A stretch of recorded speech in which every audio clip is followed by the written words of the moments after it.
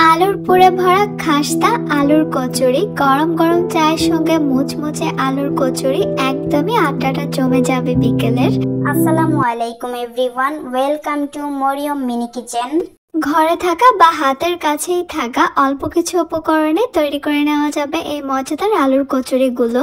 আলুর এই কচুরিগুলো দেখতে যেমন লোভনীয় হয়েছে, খেতেও কিন্তু হয়েছে অনেক বেশি ক্রিস্পি আর অনেক বেশি মজা। আমি একদমই সহজভাবে তৈরি করার চেষ্টা করব, আশা করছি আপনাদের ভালো লাগবে। প্রথমেই একটা মিক্সিং বোলে আমি নিয়ে নিব 1 কাপ ময়দা, সঙ্গে দিয়ে দিচ্ছি 1/4 টিস্পুন লবণ। ময়দা আর লবণটাকে একসঙ্গে কিছুক্ষণ মিশিয়ে নিব। এরপর এখানে দিয়ে দিব আমি 2 টেবিল চামচ তেল। আলুর এই কচুরিগুলোকে ক্রিস্পি করার জন্য কিন্তু এখানে তেলের পরিমাণটা একটু বেশিই দিতে হবে। তেল আর ময়দা একসঙ্গে খুব ভালোভাবে মিশিয়ে নিতে হবে, যেন তেলটা ময়দার সঙ্গে সমানভাবে মিশতে পারে। তেল আর ময়দা ভালোভাবে মিশলো কিনা সেটা চেক করার জন্য কিছুটা ময়দা এভাবে হাতে মুঠ করে নিচ্ছি। যদি শক্ত হয়ে যায়, আবার একটু চাপ দিলে যদি গুড়গুড়িয়ে পড়ে যায়, তাহলে বুঝতে হবে তেল আর ময়দার পরিমাণটা ঠিক আছে আর ভালোভাবে মিশেছে। এবার এখানে অল্প অল্প করে নর্মাল টেম্পারেচারের পানি দিয়ে একটা ডো তৈরি করে নিব। এই ডোটা নর্মাল রুটি পরোটার ডো এর মতো এত বেশি সফট করা যাবে না, একটু টাইট করে তৈরি করতে হবে। যদি এই ডোটা অনেক বেশি সফট হয়, তাহলে কিন্তু এই কচুরিগুলো এত বেশি ক্রিস্পি হবে না। ডোটা তৈরি করা হয়ে গেলে একটা ভিজা কিন্তু নিংড়ানো কাপড় দিয়ে ঢেকে রেখে দিব 10 মিনিটের জন্য। এবার আমি কচুরির ভিতরের আলুর পুরটা তৈরি করে নিব। এখানে আমি 2টা সিদ্ধ করা আলু নিয়েছি আর আলুগুলোকে আমি খুব ভালোভাবে ম্যাশ করে নিয়েছি।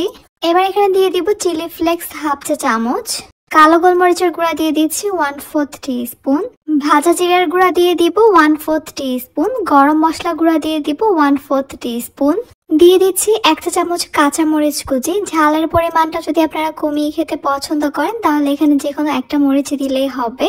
পেঁয়াজ কুচি দিয়ে দিচ্ছি 2 টেবিল চামচ, ধনেপাতা কুচি দিয়ে দিচ্ছি 2 টেবিল চামচ, লবণ দিয়ে দিচ্ছি 1/4 টিস্পুন অথবা স্বাদ মতো। এবারে সবকিছুকে আমি খুব ভালোভাবে একসঙ্গে মিশিয়ে নিচ্ছি। কচুরির পুর কিন্তু অনেকভাবে তৈরি করা যায়, আমি একদমই সহজভাবে তৈরি করে দেখিয়ে দিচ্ছি। সহজ হলেও কিন্তু এটা খেতে অনেক বেশি টেস্টি। কচুরির জন্য কিন্তু আমাদের এই আলুর পুরটা তৈরি করা হয়ে গেছে। 10 মিনিট রেস্টে রাখার পর এই ডোটা কিন্তু এখন একটু সফট হবে, তবে অনেক বেশি সফট না, কারণ ডোটা আমরা সফট ভাবে তৈরি করিনি। একটা রুটি বা পরোটা তৈরি করার সময় যতটা ডো এর প্রয়োজন, আমি এখান থেকে ততটা ডো নিয়ে নিচ্ছি। এবার সামান্য ময়দা ছিটিয়ে এই ডোটা দিয়ে আমি একটা রুটি বেলে নিব।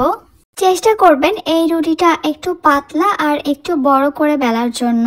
এরপর রুটির উপরে চারপাশে আমি একটু তেল ব্রাশ করে দিচ্ছি, তার উপরে আমি সামান্য ময়দা ছিটিয়ে দিব। এবার 2টা সাইড থেকে আমি 2টা ভাঁজ দিয়ে দিচ্ছি। আপনারা একটু খেয়াল করলে বুঝতে পারবেন যে কিভাবে করছি। আবারও তেল ব্রাশ করে আমি সামান্য ময়দা ছিটিয়ে দিলাম। আরেকটা ভাঁজ করে আমি আলতো হাতে বেলে নিচ্ছি আর একটু চড়া করে নিচ্ছি। এরপর এক পাশ থেকে গোল গোল করে ঘুরিয়ে নিব পুরাটা। গোল গোল ঘুরিয়ে নেওয়ার পর কিন্তু একটা ছোট রোলের মতো তৈরি হবে, আর এই রোলটাকে আমি সমান মাঝখান থেকে কেটে 2 ভাগ করে নিচ্ছি। যে সাইডটা কাটলাম সেই সাইডটা নিচে থাকবে, আর উপরের সাইডটা থেকে আমি বেলে নিব হালকা করে একটা ছোট রুটির মতো। রুটিটা খুব একটা বড় করে বেলা যাবে না, ঠিক এরকমই ছোট করে বেলতে হবে। এরপর ঠিক মাঝখানে আমি তৈরি করে রাখা আলুর পুর থেকে কিছুটা পুর দিয়ে দিব। এরপর চারপাশ থেকে রুটিটাকে ধরে মুখটাকে ভালোভাবে বন্ধ করে দিতে হবে। একটু ভালোভাবে মুখটাকে বন্ধ করে দিতে হবে, যেন তেলে ভাজার সময় কোনোভাবে খুলে না যায়। এবারে কচুরিটাকে হালকা হাতে প্রেস করে একটু বড় করে নিব। কচুরি কিন্তু খুব একটা বেশি বড় হয় না, ঠিক এই সাইজেরই হয়। সবগুলো কচুরি এভাবে তৈরি করে নেওয়ার পর এবার আমি এগুলোকে ভাজতে চলে যাব। চুলা একটা প্যানে পরিমাণ মতো তেল নিয়ে নিয়েছি। কচুরি কিন্তু ডুবো তেলে ভাজতে হয়, সেই আন্দাজ মতো তেল নিতে হবে।